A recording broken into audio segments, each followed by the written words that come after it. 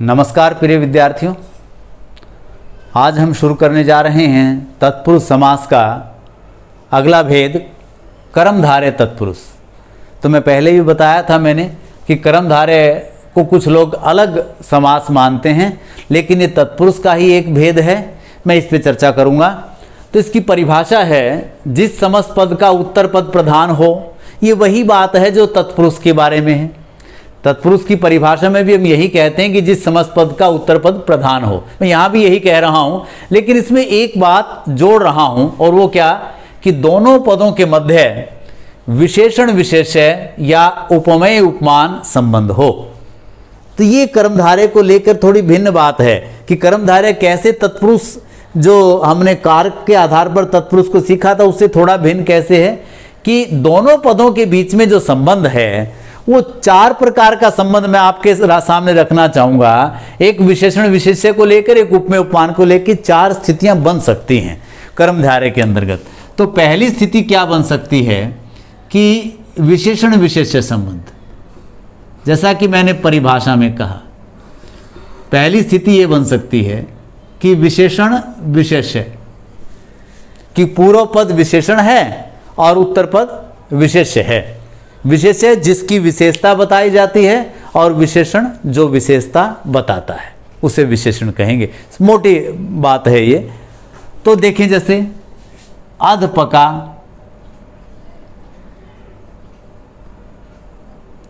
अंधकूप,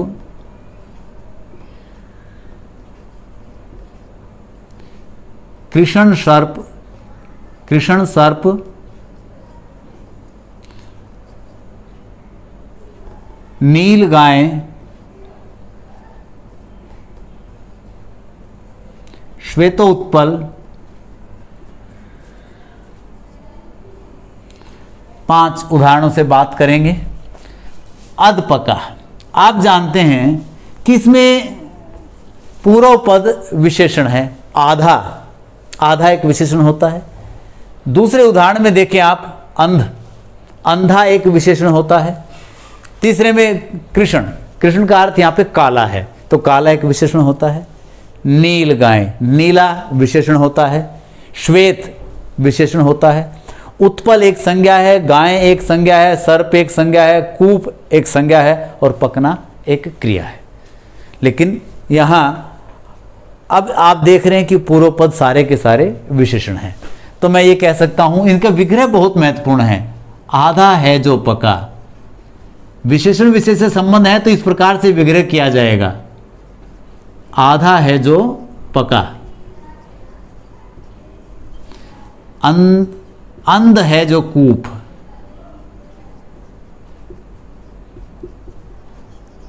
इसके बीच में है जो का प्रयोग किया जाता है। कृष्ण है जो सर्प। यदि संबंध विशेषण विशेष्य है तो विग्रह इस प्रकार से होगा। नीली है जो गाय,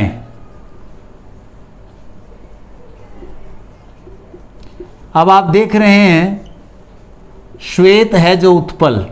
यहां मैंने संधि वाला उदाहरण भी लिया है, जिसमें संधि भी है और समास भी है, क्योंकि आप जानते हैं इसके अंदर हमने गुण संधि की बात की है। श्वेत है जो उत्पल, उत्पल कमल को कहा जाता है।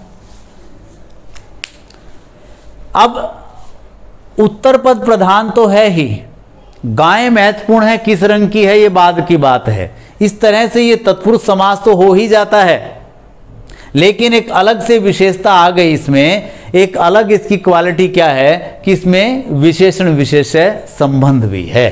तो ये तत्पुरुष की एक अलग से पहचान है जो कर्मधारय के अंतर्गत जानी जाती है कि कर्मधारय तत्पुरुष में क्या है कि उसके अंदर विशेषण विशेष्य संबंध होता है, जो कि सामान्य तत्पुरुष में नहीं होता। दूसरी बात, ये पहली स्थिति है। दूसरी स्थिति क्या है कि उपमेय उपमान संबंध।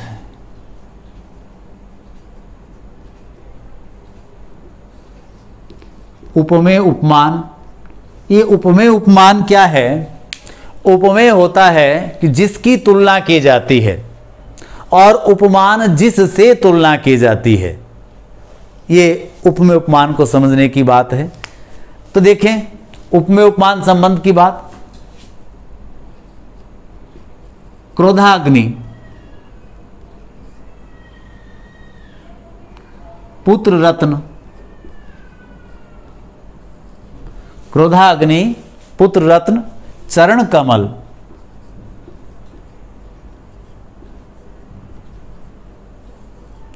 चरण कमल, नरसिंह,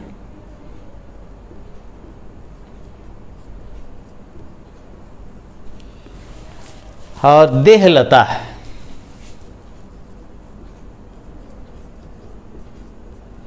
अब इसका भी विग्रह भिन्न है, वो विग्रह का तरीका इस पर लागू नहीं किया जा सकता, इसका विग्रह करने का तरीका भिन्न है।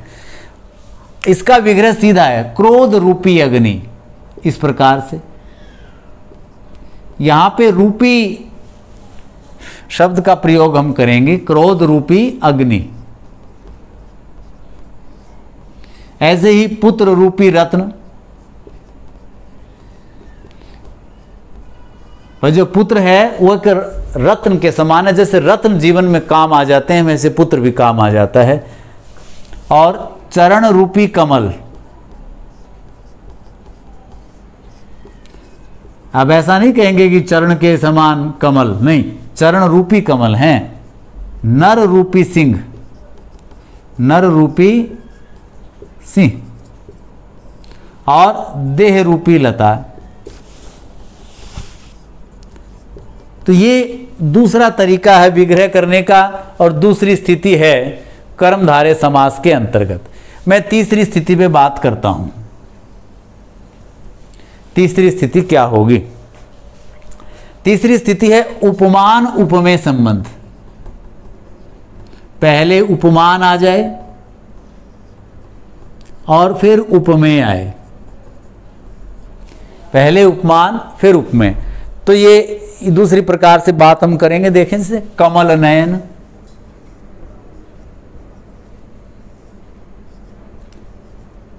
कमल नयन, चंद्रमुख,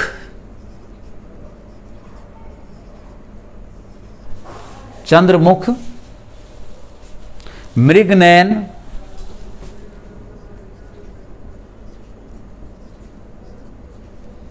राजीव लोचन,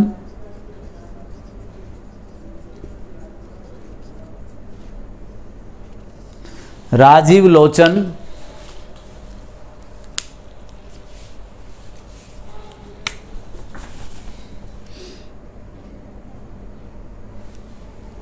कनकलता,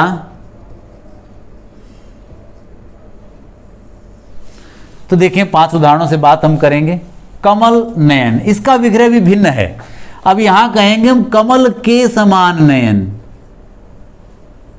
या हमने समानता ले ली, कमल के समान नयन, इसका विग्रह इस प्रकार से करेंगे। और ये चंद्रमा के समान मुख,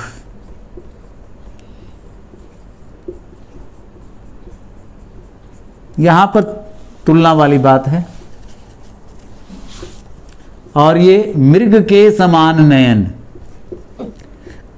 अब ये मृग के समान ही, मृग के नयनों के समान नयन की बात की जा रही है। कभी आप सोचें कि मृग के जैसे नयन नहीं, जैसे मृग के नयन होते हैं वैसे ही नयन, मृग के समान नयन।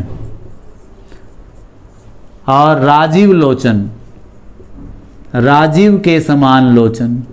अब एक आदमी का नाम नहीं है, राजीव का अर्थ यहां कमल ही है। राजीव के समान लोचन। कनक लता, कनक के समान लता। अब कनक सोने को कहा जाता है, स्वर्ण युथिका भी कहते हैं, स्वर्ण एक सोनजूही भी कह देते हैं, कविता भी है पंत जी की, सोनजूही। कनक के समान लता। तो इस प्रकार से ये तीसरा तरीका है कर्मधारय को समझने का। एक चौथा तरीका क्या है? दोनों ही पद विशेषण हो जाते हैं, पूर्व पद भी विशेषण और उत्तर पद भी विशेषण, दोनों पद विशेषण। ये चौथा तरीका है कर्मधारय समास को समझने का। जैसे खट्टा मीठा,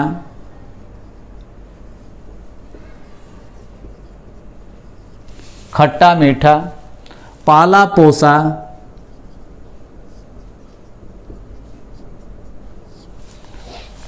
भूखा प्यासा,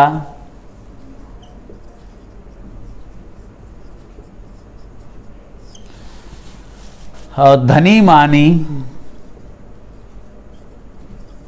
ये दोनों ही पद विशेषण हैं।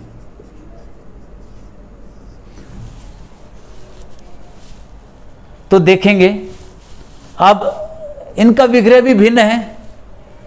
4 प्रकार से कर्मधारय के विग्रह होते हैं, ये भिन्न है। तो विग्रह कैसे करेंगे? जो खट्टा है, जो मीठा है, जो खट्टा है, जो मीठा है, इस प्रकार से। जो पाला है, जो पोसा है,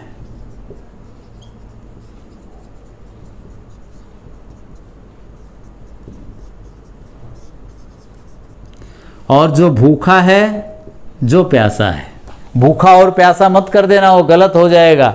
भूखा प्यासा नहीं है, वो द्वंद्व समास का मामला हो जाएगा, वो गलत है, समान नहीं है दोनों पद। जो भूखा है, जो प्यासा है,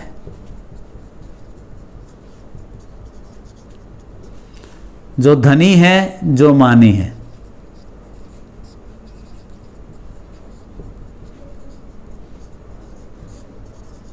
इस प्रकार से इसका विग्रह किया जाएगा।